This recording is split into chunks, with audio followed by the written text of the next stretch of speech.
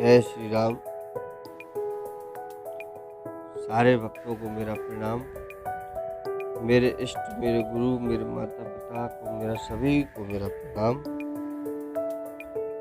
जैसा कि श्री रामचरितमानस की कथा में इससे पिछले वीडियो में आप सभी भक्त लोगों ने सुना था कि एक प्रताप भानु नाम का राजा था जो घने जंगल में आकर रास्ता भूल गया था। और जिन लोगों ने ये कथा नहीं सुनी हो वो इससे पहले वाला वीडियो देखें, उसमें सारी कथा है। और उस कथा के बाद का जो प्रसंग है वो अब शुरू हो रहा है, तो उसको ध्यानपूर्वक सुनिए। क्या प्रसंग है कि राजा जब नहाने के लिए जाता है और नहा धो के पानी पी के फिर उसकी सारी थकान मिट गई, राजा सुखी हो गया। तब तपस्वी उसे अपना आश्रम दिखाने ले गया और सूर्यास्त का समय जानकर उसने राजा को बैठने के लिए आसन दिया। फिर वह तपस्वी कोमल वाणी से बोला, तुम कौन हो? सुंदर युवक होकर जीवन की परवाह न करके वन में अकेले क्यों फिर रहे हो? तुम्हारे चक्रवर्ती राजा के से लक्षण देखकर मुझे बड़ी दया आती है।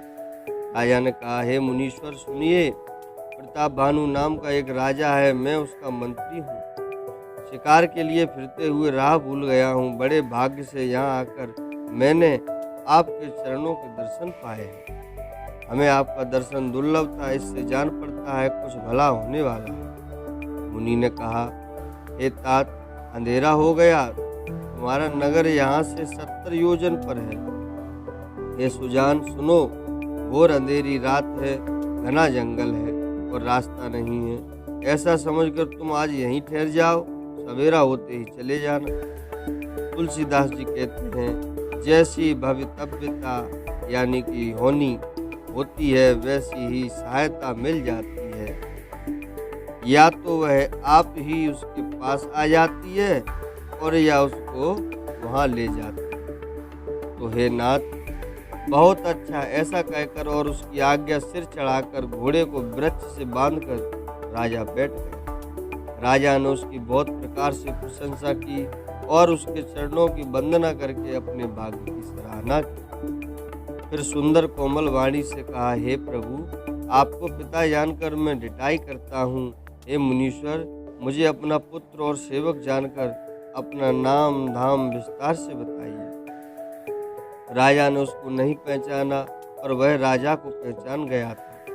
राजा तो शुद्ध हृदय था और वह कपट करने में बहुत चतुर था। एक तो बैरी, फिर जाति का छत्री और फिर राजा। वह छल बल से अपना काम बनाना चाहता था। वह शत्रु अपने राज्य सुख को समझ करके दुखी था। उसकी छाती कुम्हार के आंव के तरह भीतर ही भीतर सुलग रही थी। राजा के सरल वचन कान से सुनकर अपने बैर को याद करके वह हृदय में बड़ा खुशी हुआ। वह कपट में डुबोकर बड़ी युक्ति के साथ कोमल वाणी बोला, अब हमारा नाम भिखारी है, क्योंकि हम निर्धन और अनिकेत घर द्वारहीन हैं। राजा ने कहा, जो आपके सदृश विज्ञान निदान और सर्वथा अभिमान रहित होते हैं वे अपने स्वरूप को सदा छिपाते रहते हैं, क्योंकि कुवेश बनाकर रहने में ही सबका कल्याण है। प्रगट संत वेश में मान होने की संभावना है और मान से पतन की। इसी से तो संत और वेद पुकार कर कहते हैं कि परम अकिंचन, सर्वथा अहंकार, ममता और मान रहित ही भगवान को प्रिय होते हैं। आप शरीर के निर्धन भिखारी और गृहहीन को देखकर ब्रह्मा और शिवजी को भी संदेह हो जाता है कि वे वास्तविक संत हैं या भिखारी। आप जो हों सो हों, मैं आपके चरणों में नमस्कार करता हूँ। हे स्वामी, अब मुझ पर कृपा कीजिए। अपने ऊपर राजा की स्वाभाविक प्रीति और अपने विषय में उसका अधिक विश्वास देखकर सब प्रकार से राजा को अपने वश में कर अधिक स्नेह दिखाता हुआ वह कपट तपस्वी बोला, हे राजन सुनो, मैं तुमसे सत्य कहता हूँ, मुझे यहाँ रहते बहुत समय बीत गया। अब तक न तो कोई मुझसे मिला और न मैं अपने पर किसी को प्रकट करता हूँ, क्योंकि लोक में प्रतिष्ठा अग्नि के समान है जो तप रूपी वन को भस्म कर डालती है। तुलसीदास जी कहते हैं, सुंदर वेश देखकर मूड नहीं, चतुर मनुष्य भी धोखा खा जाते हैं। सुंदर मोर को देखकर उसका वचन तो अमृत के समान है और आहार सांप का है। कपट तपस्वी ने कहा, इसी से मैं जगत में छिपकर रहता हूँ। श्री हरि को छोड़कर किसी से कुछ भी प्रयोजन नहीं रखता। प्रभु तो बिना जनाए ही सब जान जाते हैं। फिर कहो, संसार को रिझाने से क्या सिद्धि मिलेगी? तुम पवित्र और सुंदर बुद्धि वाले हो, इससे मुझे बहुत ही प्यारे हो। तुम्हारी भी मुझ पर प्रीति और विश्वास है हे तात। अब यदि मैं तुमसे कुछ छिपाता हूँ तो मुझे बहुत ही भयानक दोष लगेगा। ज्यों ज्यों वह तपस्वी उदासीनता की बातें कहता था, त्यों ही त्यों राजा का विश्वास उत्पन्न होता जाता था। जब उस बगुले की तरह ध्यान लगाने वाले कपटी मुनि ने राजा को कर्म, मन और वचन से अपने बस में जाना, तब वह बोला, ए भाई, हमारा नाम एक तन है। यह सुनकर राजा ने फिर से नवाकर कहा, मुझे अपना अत्यंत अनुरागी सेवक जानकर अपने नाम का अर्थ समझाकर कहिए। कपटी मुनि ने कहा, जब सबसे पहले सृष्टि उत्पन्न हुई थी तभी मेरी उत्पत्ति हुई।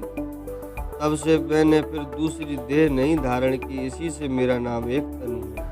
हे पुत्र, मन में आश्चर्य मत करो, तप से कुछ भी दुर्लभ नहीं है। तप के बल से ब्रह्मा जगत को रचते हैं और तप ही के बल से विष्णु संसार का पालन करने वाले बने हैं। तप ही के बल से रुद्र संहार करते हैं। संसार में ऐसी कोई वस्तु नहीं जो तप से न मिल सके। यह सुनकर राजा को बड़ा अनुराग हुआ। तब वह तपस्वी पुरानी कथाएं कहने लगा। कर्म, धर्म और अनेकों प्रकार के इतिहास कहकर वह वैराग्य और ज्ञान का निरूपण करने लगा। सृष्टि की उत्पत्ति, पालन और संहार की अपार आश्चर्य भरी कथाएं उसने विस्तार से कही। राजा सुनकर उस तपस्वी के बस में हो गया और तब वह अपने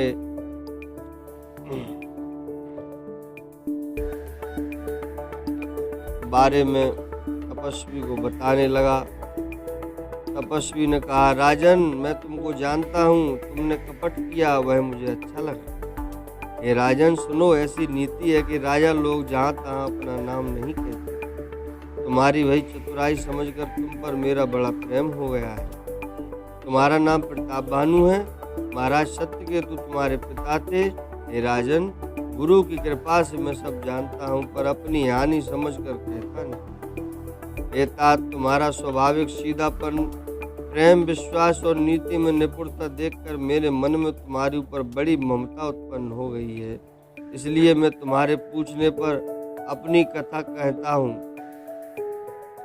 अब मैं प्रसन्न हूँ, इसमें संदेह न करना। हे राजन, जो मन को भावे वही मांग लो। सुंदर वचन सुनकर राजा हर्षित हो गया और मुनि के पैर पकड़कर उसने बहुत प्रकार की विनती की। हे दया सागर मुनि, आपके दर्शन से ही चारों पदार्थ मेरी मुट्ठी में आ गए, तो भी स्वामी को प्रसन्न देखकर यह दुर्लभ वर मांगकर क्यों न शोक रहित हो जाऊं। मेरा शरीर वृद्धावस्था, मृत्यु और दुख से रहित हो जाए। मुझे युद्ध में कोई जीत न सके और पृथ्वी पर मेरा 100 कल्प तक एक छत्र कंटक राज्य। तपस्वी ने कहा, हे राजन, ऐसा ही, पर एक बात कठिन है, उसे भी सुन लो। हे पृथ्वी के स्वामी, केवल ब्राह्मण कुल को छोड़ काल भी तुम्हारे चरणों पर सिर नवाए। तप के बल से ब्राह्मण सदा बलवान रहते हैं, उनके क्रोध से रक्षा करने वाला कोई नहीं। हे नरपति, यदि तुम ब्राह्मणों को वश में कर लो तो ब्रह्मा, विष्णु और महेश भी तुम्हारे अधीन हो जाए। ब्राह्मण कुल से जोर जबरदस्ती नहीं चल सकती। मैं दोनों भुजाएं उठाकर सत्य कहता हूँ। हे राजन सुनो, ब्राह्मणों के शाप के बिना तुम्हारा नाश किसी काल में नहीं होगा। राजा उसके वचन सुनकर बड़ा प्रसन्न हुआ और कहने लगा, हे स्वामी, मेरा नाश अब नहीं होगा। हे कृपा निधान प्रभु, आपकी कृपा से मेरा सब समय कल्याण होगा। एवं मस्तु, ऐसा ही हो।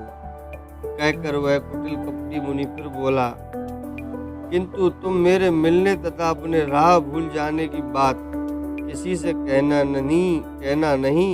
यदि कह दोगे तो हमारा दोष नहीं। और ये कथा आज के लिए संपन्न होती है। भूल के लिए, त्रुटि के लिए आप सभी भक्तगणों से मैं क्षमा चाहता हूँ एवं ऐसी आशा करता हूँ कि आप सब लोग इस कथा को ध्यान से सुनेंगे और आगे की कथा के लिए अगले वीडियो का इंतजार। चलिए, जय श्री